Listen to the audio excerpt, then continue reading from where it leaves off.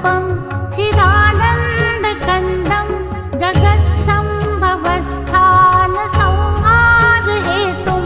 स्वभक्तेच्छया मानुषं दर्शयन्तं नमामीश्वरं सद्गुरुं साईनाथं भवद्ध्वान्तविध्वंसमार्तण्डमीड्यं